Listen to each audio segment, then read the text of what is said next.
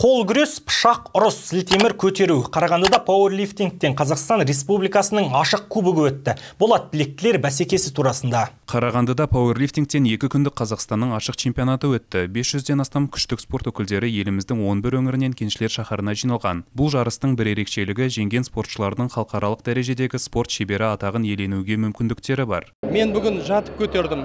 Жатып көтеруден енді қазір тағы да армрлифтинг деген бар, бір қолмен көтеру.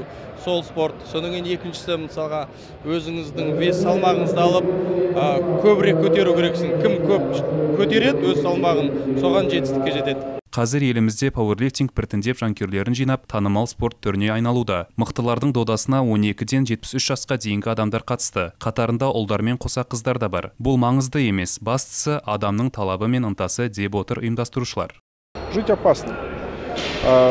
Өмір сүрудің өзі қауіп. Спортпен айналыспау одан да қауіпті. Спорт бұл өмір. Біздің спортшыларға қараңыздаршы. Бүгін 73 жастағы ер адам жақсы өнер көрсетіп жатыр. Сонымен қатар мүмкіндігі шектеулі жандар да қатысады. Арбадағылар көру қабілеті төмен адамдар да бар. Олардың барлығы пауэрлифтингтен шексіз ләззат алуда. Жарыс 3 сайыс, ауыр салмақты штанга көтеру, стритлифтинг, яғни турникке тартылу. Армлифтинг сияқты спорт түрлерін түгендеген. Алғаш рет кубок аясында пышақ ұрысынан жеке турнир өткізілді. Сонымен қатар бұл тізімге қол күресі де қосылды. Өте керемет жарыс. Соперниктары да жақсы болды. Өте ұйымдастырылған жарыс болды. Осы жарыстан екінші орын алдым өзім. Өзім довольнмын, өз нәтижеме қуаныштымын бүгін жеңгеніме. Арман Қазбекұлы, Ақнұр Мырзатаева, Мержан Жұмамұратов, Николай Шевелев, 5-ші арна.